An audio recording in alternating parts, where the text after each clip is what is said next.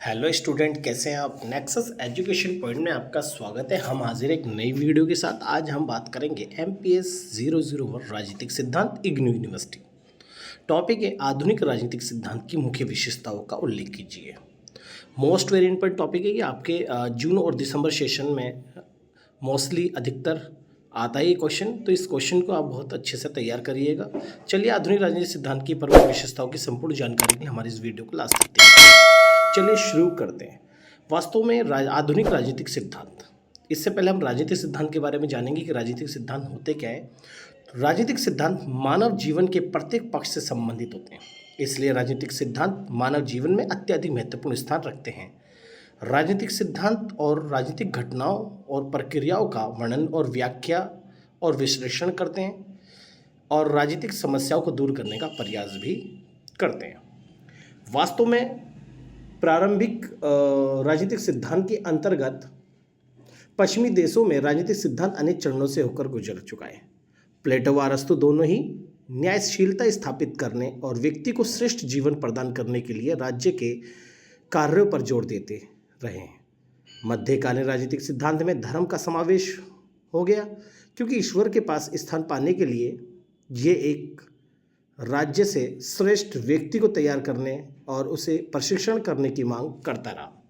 लेकिन आधुनिक राजनीतिक सिद्धांत आज एक व्यवहारवादी राजनीतिक सिद्धांत के रूप में प्रकट हुआ है, क्योंकि पहले दो चरणों यानी प्रारंभिक राजनीतिक सिद्धांत और मध्य राजनीतिक सिद्धांत जो था वो राज्य के इर्द गिर्द ही घूमता रहा, परंतु आधुनिक राजनीतिक सिद्धांत के अंतर्गत हम नई नई पद्धतियों का प्रयोग करते रहे।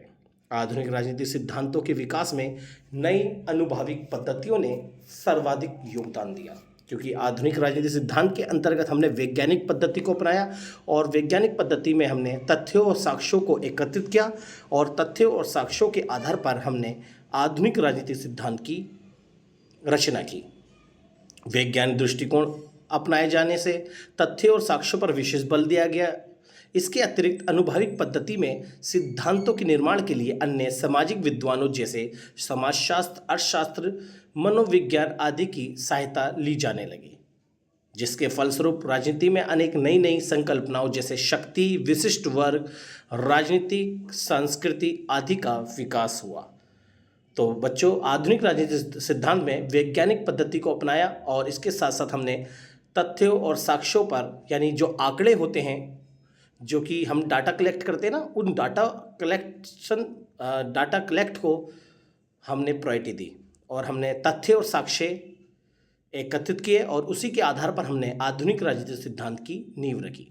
आधुनिक राजनीतिक निर्माताओं ने एक नई क्रांति को जन्म दिया, जिसे व्यवहारवादी क्रांति कहते हैं, क्योंकि आधुनिक राजनीतिक सिद्धांत के अंतर्गत हमने व्यवहारवाद को अपनाया।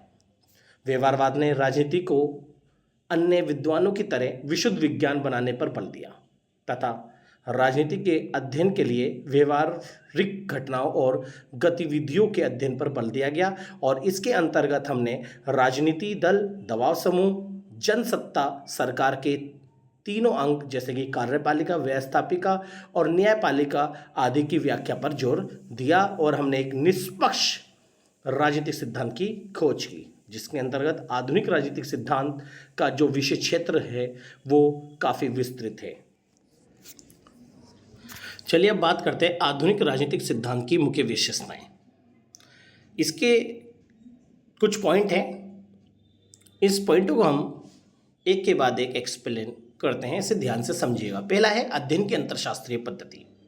आधुनिक राजनीतिक सिद्धांत की पहली विशेषता है अध्ययन की अंतरशास्त्रीय पद्धति, क्योंकि आधुनिक राजनीतिक सिद्धांत में हमने इस सिद्धांत को व्यवहारिक रूप देने के लिए अनेकों सिद्धांतों को अपनाया।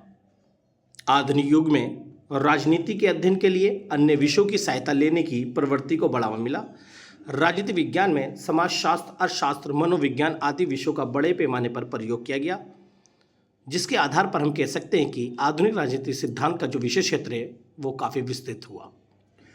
नेक्स्ट पॉइंट है अनुभविक उपागम या अध्ययन विधि। आधुनिक विद्वानों ने राजनीति को विशुद्ध बनाने के लिए तथ्यों की नापतोल पर विशेष बल दिया।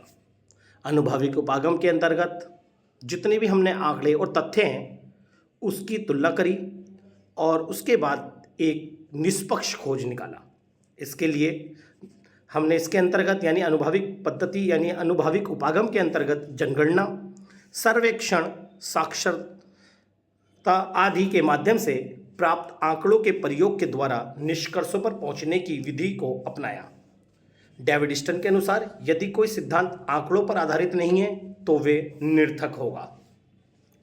राजनीति में अनुभाविक विधि के प्रयोग से अत्यधिक लाभ हुआ, परंतु इस विधि का प्रयोग एक सीमा तक ही प्रयोग किया जा सकता है, क्योंकि राजनीति मानव व्यवहार और बुद्धि के विकास से संबंधित होती है, जिसके विषय में आंकड़ों का उपलब्ध होना ही संभव नहीं है। इसके अतिरिक्त राजनीति के संबंध में लोगों की पसंद और नापसंद और उनके विचारों को भी जान सकते हैं, जब उन्हें विचार अभिव्यक्ति की पूर्ण स्वतंत्रता हो, परंतु साम्यवादी और तानाशाही में ऐसा संभव नहीं है। तो ये हमने अनुभाविक उपागम के बारे में जाना। थर्ड पॉइंट है तटस्थ अध्ययन या निष्पक्ष अध्ययन, यानी आधुनिक राजनीतिक सिद्धांत में हमें तटस्थ तत्वों का अध्ययन करना बहुत ज़रूरी है और हमें इसके अंदर हाँ और ना जैसी चीज़ों का जानना भी बहुत ज़रूरी है।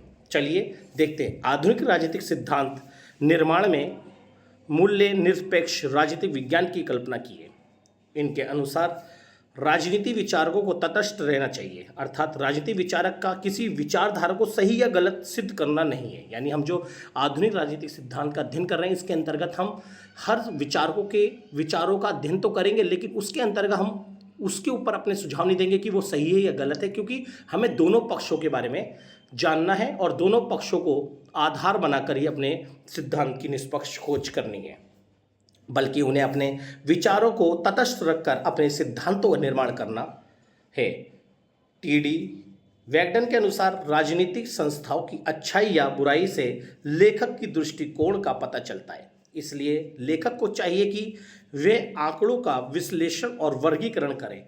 उसे ये कहने का कोई अधिकार नहीं है कि कोई शासन प्रणाली अच्छी है या नहीं। नेक्स्ट पॉइंट है हमारा मूल्यों को पुनः स्वीकार करने की प्रवृत्ति। ये हमारे आधुनिक राजनीतिक सिद्धांत की चौथी विशेषता है। राजनीति को विशुद्ध बनाने की इच्छा का परिणाम ये हुआ कि सिद्धांत निर्माता केवल आंकड़ों को इकट्ठा करने में लगे रहे और उन्हें किसी आदर्श या उद्देश्य से संबंधित होने से मना कर दिया, परंतु शीघ्र ही एक नई क्रांति हुई जिसे उत्तर व्यवहारवादी क्रांति कहते हैं, जिसके अंतर्गत कहा गया कि सिद्धांत निर्माता राजनीति समस्याओं के समाधान से मुंह नहीं मोड़ सकते। इसलिए सिद्धांत निर्माताओं को मानवीय उपागम और अनुभाविक उपागम के बीच सामंजस्य स्थापित करना चाहिए। डेविड स्टन के अनुसार यह मानकर चलना गलत है कि तटस्थ हुए बिना कोई वैज्ञानिक नहीं हो सकता, बल्कि लोकतंत्र, स्वतंत्रता, समानता, न्याय आदि मूल्यों से जुड़े रहकर भी वैज्ञानिक विश्लेषण संभव है। तो इसके अंतर्गत ये कहा गया कि जो भी आधुनिक राजनीतिक सिद्धांत है उनको मूल्यों को पुनः स्वीकार करने की प्रवृत्ति होनी चाहिए और हमें हर सिद्धांतों का जो मूल्य है, हर सिद्धांतों की जो विचारधारा है, उसको तालमेल के अनुसार अपना कर ही हम आधुनिक राजनीतिक सिद्धांत की खोज कर सकते हैं। नेक्स्ट, व्यवहारिक घटना और गतिविधियों का अध्ययन। आधुनिक राजनीतिक सिद्धांत के अंतर्गत हमने व्यवहारवाद को अपनाया, जिसके अंतर्गत इस सिद्धांत की खोज के लिए हमने व्यवहारिक घटनाओं और गतिविधियों का अध्ययन किया। जो भी व्यवहार में जो घटनाएं घटित हो रही है राजनीति और समाज में और विभिन्न गतिविधियों जो हो रही हैं, उसको हमने अपने सिद्धांत को अपनाया, जिसके आधार पर हमने आधुनिक राजनीतिक सिद्धांत की खोज करी। ये हमने सारे जो पॉइंट्स पढ़े हैं वो पढ़े हैं आधुनिक राजनीतिक सिद्धांत के विशेषताओं के बारे में। ये इस टॉपिक को आप बहुत अच्छे से कर लीजिए।